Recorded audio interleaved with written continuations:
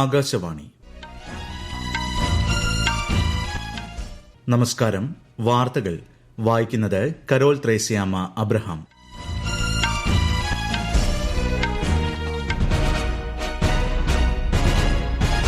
പ്രധാന വാർത്തകൾ. ഭരണഘടനാ നിർമ്മാണ സഭയിലെ അംഗങ്ങളുടെ ചിന്തകളും വാക്കുകളും വലിയ സമ്പത്താണെന്ന് പ്രധാനമന്ത്രി നരേന്ദ്രമോദി. കഴിഞ്ഞ ദശകങ്ങളിൽ ഇന്ത്യയിൽ ജനാധിപത്യം ശക്തി ആർജിച്ചതായും മൻ കി ബാത്തിൽ പ്രധാനമന്ത്രി.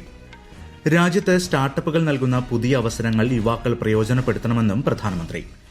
സ്വിറ്റ്സർലൻഡിലെ ദാവോസിൽ നാളെ ആരംഭിക്കുന്ന ലോക സാമ്പത്തിക ഫോറത്തിൽ കേന്ദ്രമന്ത്രി അശ്വിനി വൈഷ്ണവ് പങ്കെടുക്കും. ശബരിമല മകരവിളക്ക് മഹോത്സവത്തിന് നാളെ സമാപനമാകും.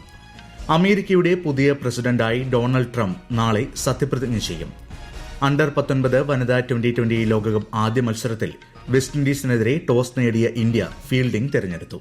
ISL ഫുട്ബോളിൽ ഇന്ന് ഗോവ ഈസ്റ്റ് ബംഗാൾ പോരാട്ടം. വാർത്തകൾ വിശദമായി.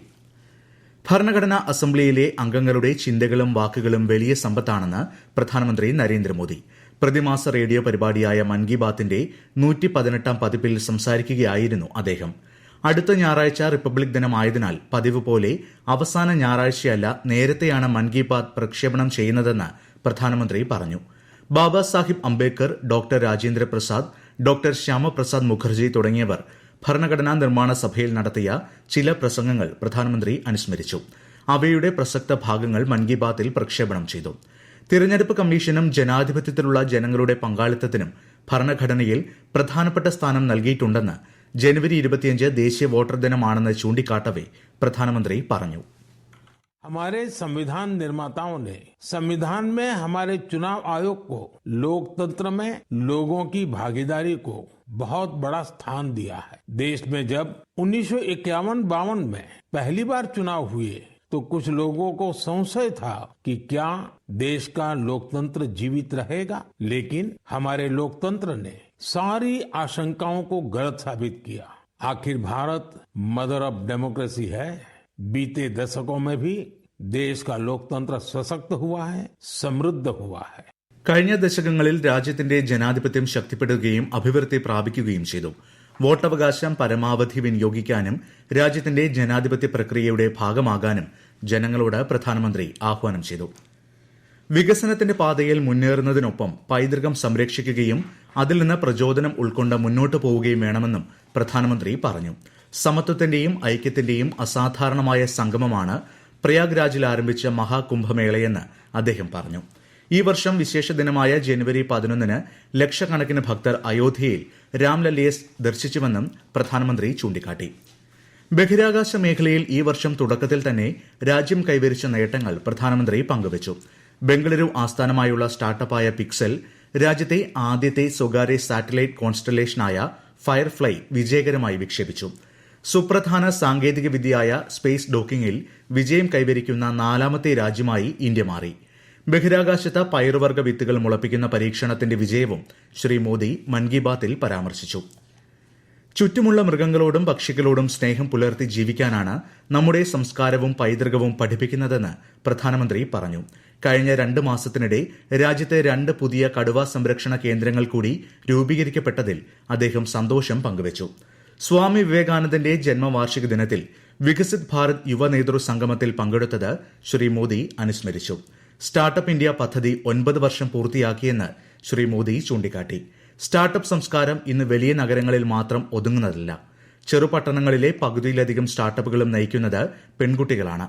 രാജ്യത്ത് സൃഷ്ടിക്കപ്പെടുന്ന പുതിയ അവസരങ്ങൾ പ്രയോജനപ്പെടുത്തണമെന്നും പ്രധാനമന്ത്രി ആവശ്യപ്പെട്ടു. साथियों, 10 साल पहले जब कोई स्टार्टअप के क्षेत्र में जाने की बात करता था तो उसे तरह तरह के ताने सुनने को मिलते थे, लेकिन अब देखिए 1 दशक में कितना बड़ा बदलाव आ गया.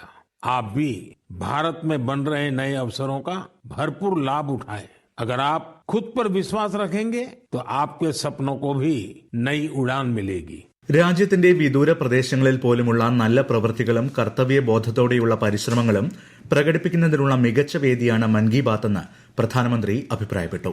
18 വർഷം മുൻപ് തന്നെ സർക്കാർ ജോലിയിൽ നിന്ന് വിരമിച്ചിട്ടും ഇന്നും അനുകമ്പയോടെ ജനങ്ങളെ നഴ്സായി സേവിക്കുന്ന ലക്ഷദ്വീപ് കവരത്തിയിലെ ശ്രീമതി കെ ഹിന്ദുംബിയുടെ പ്രവർത്തനങ്ങൾ പ്രധാനമന്ത്രി പരാമർശിച്ചു. आपको ये जानकर हैरानी होगी कि वो 18 वर्ष पहले सरकारी नौकरी से रिटायर हो चुकी हैं, लेकिन आज भी उसी करुणा और स्नेह के साथ लोगों की सेवा में जुटी हैं जैसे वो पहले करती थी। लक्षद्वीप के ही केजी मोहम्मद जी के प्रयास ये भी अद्भुत है। उनकी मेहनत से मिनिकॉय द्वीप का मरीन इकोसिस्टम मजबूत हो रहा है। उन्होंने पर्यावरण के प्रति लोगों को जागरूक करने के लिए कई गीत लिखे हैं. പരിസ്ഥിതിയെക്കുറിച്ച് അവബോധം സൃഷ്ടിക്കുന്നതിനായി ഗാനങ്ങൾ എഴുതുന്ന ലക്ഷദ്വീപിലെ ശ്രീ കെ ജി മുഹമ്മദിനെയും പ്രധാനമന്ത്രി പരാമർശിച്ചു. ലക്ഷദ്വീപ് സാഹിത്യകല അക്കാദമിയുടെ മികച്ച നാടൻപാട്ടിനുള്ള അവാർഡ് ഉൾപ്പെടെ അദ്ദേഹത്തിന് ലഭിച്ചിട്ടുണ്ടെന്നും വിരമിച്ചതിന് ശേഷവും കെ ജി മുഹമ്മദ് അവിടെയുള്ള മ്യൂസിയവുമായി സഹകരിച്ച് പ്രവർത്തിക്കുന്നുണ്ടെന്നും ശ്രീ മോദി പറഞ്ഞു. നേതാജി സുഭാഷ് ചന്ദ്രബോസിന്റെ ജന്മദിനമായ ജനുവരി 23 രാജ്യത്ത് പരാക്രം ദിവസായി ആഘോഷിക്കുകയാണെന്ന് പ്രധാനമന്ത്രി പറഞ്ഞു. നേതാജി ദീർഘവീക്ഷണമുള്ള ആളായിരുന്നു. കാര്യക്ഷമനായ ഒരു ഭരണാധികാരി കൂടിയായിരുന്നു അദ്ദേഹമെന്നും പ്രധാനമന്ത്രി പറഞ്ഞു. നേതാജിക്ക് റേഡിയോയുമായി ആഴത്തിലുള്ള ബന്ധമുണ്ടായിരുന്നു. ആസാദ് ഹിന്ദ് റേഡിയോയിലൂടെ അദ്ദേഹത്തെ കേൾക്കാൻ ആളുകൾ ആകാംക്ഷയോടെ കാത്തിരുന്നു. നേതാജിയെക്കുറിച്ച് കഴിയുന്നത്ര വായിക്കാനും അദ്ദേഹത്തിന്റെ ജീവിതത്തിൽ നിന്ന് പ്രചോദനം ഉൾക്കൊള്ളാനും രാജ്യമെമ്പാടുമുള്ള യുവജനങ്ങളോട് പ്രധാനമന്ത്രി ആവശ്യപ്പെട്ടു. ഉപരാഷ്ട്രപതി ജഗ്ദീപ് ധൻഖർ 3 ദിവസത്തെ ലക്ഷദ്വീപ് സന്ദർശനത്തിന് ശേഷം യാത്ര തിരിച്ചു. രാവിലെ അഗത്തി വിമാനത്താവളത്തിൽ വിവിധ കേന്ദ്ര പദ്ധതികളുടെ ഗുണഭോക്താക്കളുമായി ഉപരാഷ്ട്രപതി ആശയവിനിമയം നടത്തി. സ്വിറ്റ്സർലൻഡിലെ ദാവോസിൽ നാളെ ആരംഭിക്കുന്ന ലോക സാമ്പത്തിക ഫോറം 2025 കേന്ദ്രമന്ത്രി അശ്വിനി വൈഷ്ണവ് പങ്കെടുക്കും. പരിപാടിയിൽ രാജ്യത്തിന്റെ വികസന മാതൃക കേന്ദ്രമന്ത്രി ഉയർത്തിക്കാട്ടും. സമൂഹത്തിലെ എല്ലാ വിഭാഗങ്ങൾക്കും പ്രത്യേകിച്ച് പിന്നാക്കം നിൽക്കുന്നവർക്ക് വികസനം ഉറപ്പാക്കുന്നതിൽ രാജ്യം കൈവരിച്ച ഗണ്യമായ മുന്നേറ്റങ്ങളെക്കുറിച്ച് സമ്മേളനത്തിൽ വിശദീകരിക്കുമെന്ന് സന്ദർശനത്തിന് മുന്നോടിയായി നൽകിയ വീഡിയോ സന്ദേശത്തിൽ കേന്ദ്രമന്ത്രി പറഞ്ഞു. ഈ വാർത്തകൾ ആകാശവാണിയിൽ നിന്ന്. ആകാശവാണി വാർത്തകളും വാർത്താ അധിഷ്ഠിത പരിപാടികളും All India Radio News Thiruvananthapuram YouTube ചാനലിലും @All India Radio News Thiruvananthapuram Facebook പേജിലും AIR ന്യൂസ് _ തിരുവനന്തപുരം ഇൻസ്റ്റഗ്രാം അക്കൌണ്ടിലും @AIR ന്യൂസ് _ TVM X ഹാൻഡിലും ലഭ്യമാണ്. മകരവിളക്ക് ഉത്സവത്തിന് സമാപനം കുറിച്ച് നാളെ രാവിലെ ശബരിമല നട അടയ്ക്കും. ഇന്ന് വൈകിട്ട് 6 വരെ മാത്രമേ തീർത്ഥാടകരെ പമ്പയിൽ നിന്ന് സന്നിധാനത്തേക്ക് കയറ്റിവിടൂ. ഇന്ന് രാത്രി മാളികപ്പുറത്ത് ഗുരുതി പൂജ നടക്കും. കേന്ദ്ര ആഭ്യന്തരമന്ത്രി അമിത്ഷാ ആന്ധ്രാപ്രദേശിലെ വിജയവാഡയിൽ ദേശീയ ദുരന്ത നിവാരണ സേനയുടെ 20ാമത് സ്ഥാപക ദിനാഘോഷത്തിൽ മുഖ്യാതിഥിയായി പങ്കെടുക്കുന്നു. നാഷണൽ ഇൻസ്റ്റിറ്റ്യൂട്ട് ഓഫ് ഡിസാസ്റ്റർ മാനേജ്മെന്റിന്റെ ദക്ഷിണ മേഖലാ ക്യാമ്പസ്, NDRFന്റെ 10ാം ബറ്റാലിയൻ ക്യാമ്പസ്, സുപോളിലെ RRC 9ാം ബറ്റാലിയൻ കേന്ദ്രം എന്നിവയുടെ ഉദ്ഘാടനം ശ്രീ ഷാ നിർവഹിച്ചു. പ്രകൃതി ദുരന്തങ്ങളിലും ദുഷ്കരമായ സമയങ്ങളിലും NDRF പൌരന്മാരുടെ സുരക്ഷയോടുള്ള പ്രതിബദ്ധതയുടെ പ്രതീകമായി മാറിയതായി ശ്രീ അമിത്ഷാ സമൂഹമാധ്യമത്തിൽ കുറിച്ചു. ICC അണ്ടർ-19 വനിതാ T20 ലോകകപ്പിലെ ഇന്ത്യക്കെതിരായ ആദ്യ മത്സരത്തിൽ വെസ്റ്റ് ഇൻഡീസിന് ബാറ്റിംഗ് തകർച്ച. ഒടുവിൽ റിപ്പോർട്ട് ലഭിക്കുമ്പോൾ വെസ്റ്റ് ഇൻഡീസ് 9 വിക്കറ്റ് നഷ്ടത്തിൽ 43 റൺസ് നേടിയിട്ടുണ്ട്. 2023 പ്രഥമ ലോകകപ്പിൽ ഇംഗ്ലണ്ടിനെ കീഴടക്കി ടീം ഇന്ത്യ കിരീടം നേടിയിരുന്നു. ISL ഫുട്ബോളിൽ ഇന്ന് രാത്രി 7:30 നടക്കുന്ന മത്സരത്തിൽ ഗോവ ഈസ്റ്റ് ബംഗാളിനെ നേരിടും. ഗോവയിലെ ഫത്തോർദാ സ്റ്റേഡിയത്തിലാണ് മത്സരം. ഇന്നലെ നടന്ന Kerala Blasters north east United മത്സരവും ഹൈദരാബാദ് ബംഗളൂരു മത്സരവും സമനിലയിൽ പിരിഞ്ഞു. അമേരിക്കയുടെ 47ാമത് പ്രസിഡന്റായി ഡൊണാൾഡ് ട്രംപ് നാളെ സത്യപ്രതിജ്ഞ ചെയ്യും. വാഷിംഗ്ടൺ DC-യിൽ നാളെ രാത്രി നടക്കുന്ന ചടങ്ങിൽ വൈസ് പ്രസിഡന്റ് JD വാൻസും സത്യപ്രതിജ്ഞ ചെയ്യും. ഇന്ത്യൻ സമയം നാളെ രാത്രി 10:30 ചടങ്ങുകൾ ആരംഭിക്കുക. ഡൊണാൾഡ് ട്രംപ് ഇത് 2ാം തവണയാണ് US പ്രസിഡന്റ് സ്ഥാനത്തേക്ക് എത്തുന്നത്. ഇസ്രയേലും ഹമാസും തമ്മിലുള്ള വെടിനിർത്തൽ കരാർ പ്രാബല്യത്തിലേക്ക്. ഇസ്രയേലി സുരക്ഷാ നേതൃത്വം ഇന്നലെ കരാറിന് അംഗീകാരം നൽകിയിരുന്നു. ഇരുവിഭാഗവും തടവിൽ വെച്ചിരിക്കുന്ന ആളുകളുടെ കൈമാറ്റത്തിനും ധാരണയായിട്ടുണ്ട്. ഇതോടെ 15 മാസം നീളുന്ന സംഘർഷത്തിനാണ് അവസാനമാകുന്നത്.